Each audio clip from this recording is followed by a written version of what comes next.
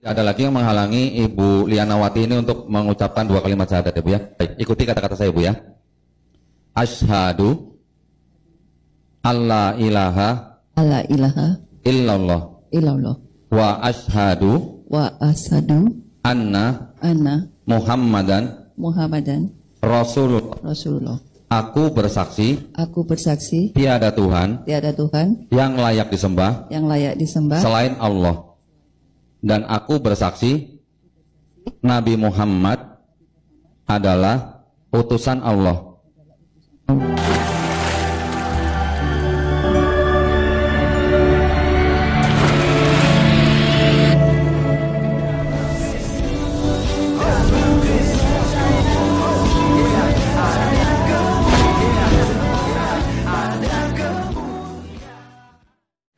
Bismillah abi wal ibni wal ruhil kudus ilahu wahid.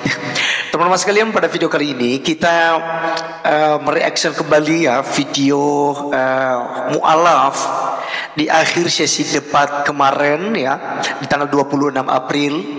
Pendeta Budi Asali dan Pendeta Esra Soru melawan Ustadz Donditan dan Ustadz Umar, dan juga salah satu mu'alaf yang perempuan kemarin. Nah, jadi teman-teman sekalian, kita kenapa membahas ini?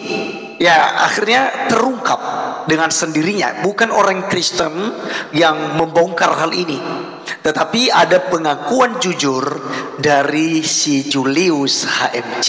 Ya, Julius ini mengatakan bahwa yang perempuan ya, yang disahadatkan oleh Donditan itu sudah mu'alaf ya 1 tahun yang lalu, teman-teman sekalian. Ya, ini benar bahwa settingan ya, settingan. Jadi sengaja memang dihadirkan untuk syahadat ulang di momen debat tanggal 26 April. Jadi apa yang dikatakan oleh Pendeta Esra Soru tidak salah. Mari teman-teman sekalian kita dengarkan seperti apa pengakuan Julius berikut ini. Saya setuju.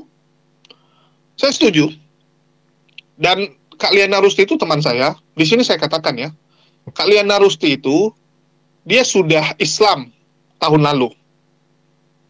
Sudah Islam tahun lalu, tetapi dia tidak menjalankan syariat Islam. Tidak menjalankan, bahkan masih makan ya B2 dan sebagainya. Sehingga dianggap bahwa syahadat sebelumnya itu batal. Karena seorang muslim kalau udah sampai makan B2, nggak pernah sholat, ya itu bukan muslim. Betul tidak? Bukan muslim. Jadi supaya lebih mantap syahadat ulang, itu yang dibilang. Ya, saya jujur katakan loh. Dia sudah syahadat tahun lalu. Itu syahadat ulang doang. Jadi kalau dibilang itu spontanitas karena setelah menonton debat, ya tidak ya. Saya harus katakan itu tidak setelah nonton debat, enggak. Ya, tidak seperti itu. Jadi dia memang syahadat itu karena untuk mengukuhkan imannya sekali lagi. Di mana tahun lalu dia syahadat tapi dia tidak melakukan apapun. Tidak melakukan apapun.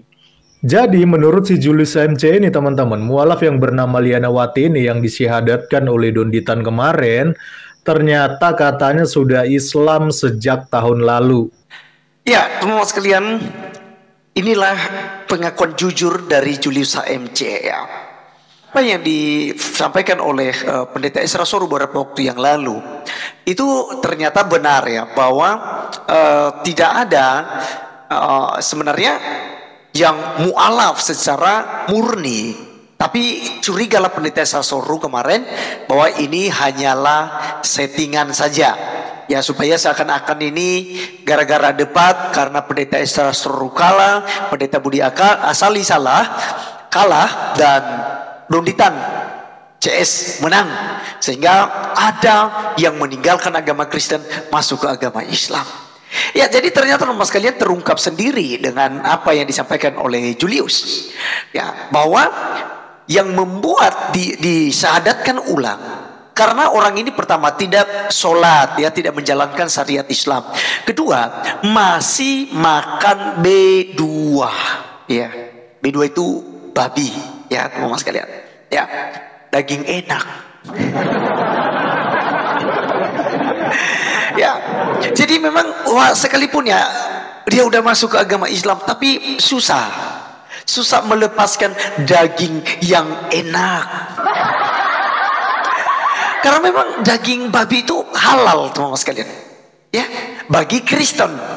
Ya, bagi. Ya, jadi koser ya, bahasanya itu koser, halal ya, kudus gitu, layak, boleh dimakan begitu. Ya, jadi dalam Kristen itu ya kita tidak dilarang demikian. Karena kalau kita ikut Imamat pasal 11 itu maka kita tidak boleh makan onta, kelinci, pelanduk, ikan lele, ikan gabus, ya, dan masih banyak lagi jenis-jenis ikan yang tidak bersisik, tidak bersirip, itu tidak boleh dimakan, ya. Nah, jadi teman-teman kita tidak terikat dengan hukum itu, ya, karena Allah menciptakan segala sesuatunya baik untuk segala bangsa. Tapi bagi suku Israel memang diberikanlah hukum demikian. Menurut Mazmur 147 ayat 19 sampai 20, bahwa hukum-hukum dan ketetapan-ketetapannya diberikannya kepada Israel, dan dia tidak memberikan hukum-hukum itu kepada bangsa-bangsa lain, dan bangsa-bangsa juga tidak mengenal hukum-hukumnya. Ya, jadi jelas bahwa soal makan, soal haram tidak haram, halal, dan dia dari segi makanan itu tidak berlaku kepada orang-orang Kristen, karena itu adalah hukum seremonial Yahudi, ya, untuk menjaga diri mereka. Nah, jadi teman-teman sekalian, ini fix bahwa apa yang dilakukan oleh Donitan dan si mualaf di sesi debat kemarin, ya, ini adalah penipuan, ya, ini settingan untuk membodohi publik. Ya, ada banyak sekali channel dari teman-teman Muslim yang kemudian memposting itu. Oh, ini gara-gara itu, ya, hasil debat, ya, berhasil satu orang yang disyahadatkan, tapi ternyata settingan. Oke, baik, teman-teman sekalian, mari kita mendengarkan penjelasan Pendeta Ezra Soru, ya, sebagai penutup video kali ini. Tuhan Yesus memberkati kita. Salam. Saat ini saya mau memberikan sebuah informasi terkait dengan debat kemarin antara saya dan Pak Budi Asali melawan Pak Doditan dan Pak Umar. Jadi seperti yang saudara sudah saksikan dalam perdebatannya, ya, bagaimana argumentasi mereka kami hancurkan. Sebaliknya serangan-serangan dari kami tidak mereka jawab dengan tuntas, apalagi yang Umar itu, ya. Nah, tapi ketika video itu diposting di YouTube dan juga TikTok dan lain sebagainya, saya membaca beberapa komentar di sana. Lalu komentar di sana ada yang mengatakan begini, bahwa merasa diri menang, tapi ternyata dalam debat itu ada yang mengambil keputusan jadi mualaf. Makanya di akhir acara itu ada acara seorang perempuan, cewek kah, masih bujang kah, atau ibu, saya nggak tahu, tapi dituntun untuk memberikan kalimat syahadat. Nah, itu ditaruh di bagian akhir dari acara debat, sehingga menunjukkan atau memberi kesan bahwa hasil dari perdebatan itu adalah ada seorang yang jadi mualaf. Ya, makanya muncul komentar bahwa, ya, Pak Ezra dan Pak Budi merasa yakin menang, tapi faktanya ada yang jadi mualaf dalam perdebatan itu. Nah, saudara-saudara, memang ada acara setelah itu, yaitu acara mensyahadatkan seorang. Baik, kalau begitu tidak ada lagi yang menghalangi Ibu Lianawati ini untuk mengucapkan 2 kalimat syahadat, ya Bu, ya. Baik, ikuti kata-kata saya, Bu, ya. Asyhadu alla ilaha illallah wa asyhadu anna Muhammadan Rasulullah. Aku bersaksi tiada Tuhan yang layak disembah selain Allah, dan aku bersaksi Nabi Muhammad adalah utusan Allah. Allahu Akbar. Allahu Akbar. Allahu Akbar.